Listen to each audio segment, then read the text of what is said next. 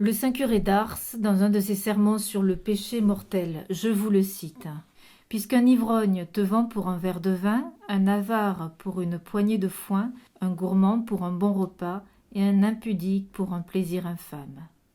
Pauvre âme, que l'on t'estime peu de choses. » Et saint Augustin nous dit que celui qui commet un péché mortel vend son âme au démon. Alors, pourquoi faut-il parler du péché mortel? Faut-il en parler et comment en parler? Faut-il parler du péché mortel? Oui. Pourquoi? Nous verrons bien. Savoir comment, mais c'est là la question un petit peu délicate parce que on voit bien qu'il y a un décalage, pour pas dire un fossé, entre ce que peut dire le curé d'Ars.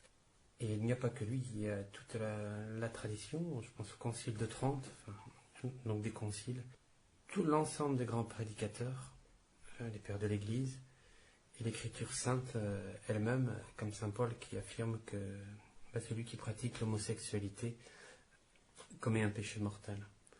Alors, d'un côté, toute cette tradition qui est dogmatique, et de l'autre côté, aujourd'hui, un enseignement qui pourrait apparaître inintelligible.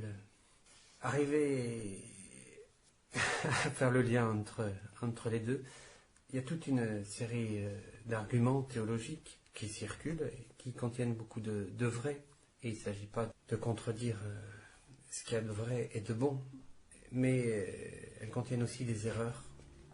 Nous arriverons à bien parler du péché mortel si nous arrivons à extraire ce qu'il y a de vrai dans l'ensemble des petites théologies qu'on peut entendre et en même temps à démasquer l'erreur. Satan, pour faire passer son virus et ses petits mensonges, utilise toujours de la vérité. Alors, quels sont finalement les quelques points de divergence?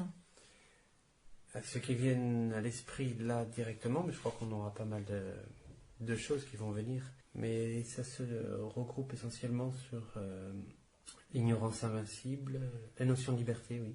Liberté, la loi de gradualité, liberté de conscience, liberté religieuse aussi, la notion de gravité, les actes intrinsèquement mauvais, notion de jugement, sur l'amour de Dieu aussi, nous pourrons réfléchir sans doute. Alors, pourquoi parler finalement autant du péché mortel? Quelle importance donc de parler de ce péché mortel?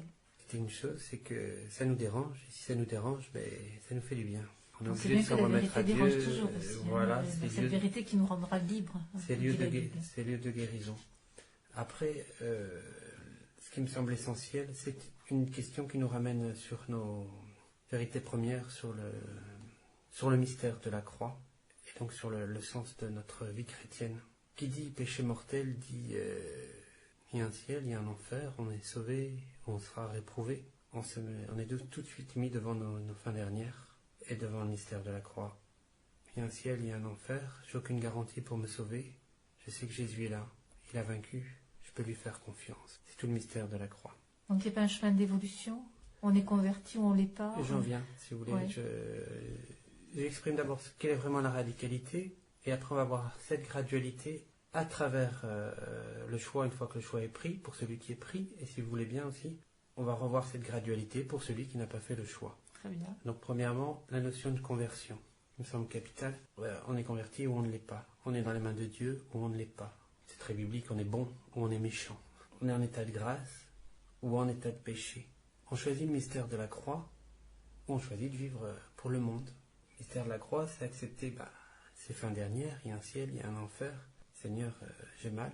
Aimer, c'est souffrir. C'est l'accepter. Et accepter aussi que plus on aimera, plus on souffrira.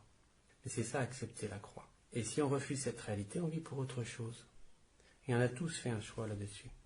On choisit le bon Dieu, ou on se choisit, on choisit le monde, ou Satan. Comme pour reprendre le curé d'Ars, on donne son âme, on vend son âme à Satan. Et il ne peut pas y avoir demi-mesure là-dessus. On sera sauvé, ou on sera réprouvé. Si on est en état de grâce, on sera sauvé, on passera peut-être par le purgatoire, si on n'est pas un saint. Si on est en état de péché, on sera réprouvé, et ceci pour l'éternité.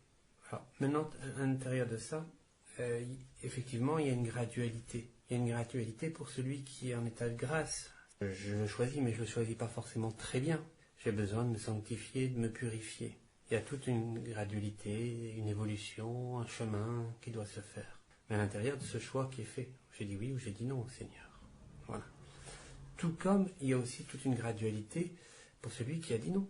Il y a celui qui ne veut pas du tout en entendre parler de ça. Il y a celui de ce combat entre la lumière et les ténèbres. Il y a celui qui veut bien en entendre parler. Il y a celui qui peut avoir la foi, qui peut prier aussi. Mais qui n'a pas envie de faire ce pas. Ou pas encore. Et il y a tout un chemin, là aussi, de gradualité à l'intérieur de ce refus encore du non-converti. Celui qui est en état de grâce et qui commet un péché véniel reste en état de grâce, mais le péché véniel vient le fragiliser et le prédisposer à commettre un péché mortel, et le péché mortel le fait tomber de la lumière aux ténèbres. C'est-à-dire qu'il était dans l'amitié avec Dieu, il ne l'est plus. Voilà, il bascule dans l'autre camp. Il était dans la lumière et il bascule dans les ténèbres. Pour revenir dans la lumière, petit détail intéressant quand même, il n'y a qu'une solution, c'est la confession, recevoir le sacrement. Avoir les dispositions requises, qui sont un ferme repentir, la volonté de plus recommencer. Maintenant, celui qui vit dans les ténèbres, qui n'a pas dit oui, on peut prendre l'exemple d'un divorcé remarié et qui ne vit pas la chasteté. Il peut avoir la foi, il peut prier, il peut faire beaucoup d'actes. J'allais dire des sortes de péchés véniels à l'envers. Vous voyez, qui vont le prédisposer plus ou moins un jour à faire le grand oui et à compter sur le bon Dieu plutôt que sur ses propres forces. Et le jour où il le fait, c'est ce qu'on pourrait appeler un péché mortel à l'envers. Enfin, il dit oui au bon Dieu, il bascule des ténèbres à la lumière. Il est important d'avoir les idées très claires là-dessus, parce que si on gomme ça, on gomme la notion de conversion. Vous voyez, si cette notion de conversion, de radicalité et de gradualité n'est pas bien comprise, eh bien on va tomber dans le relativisme.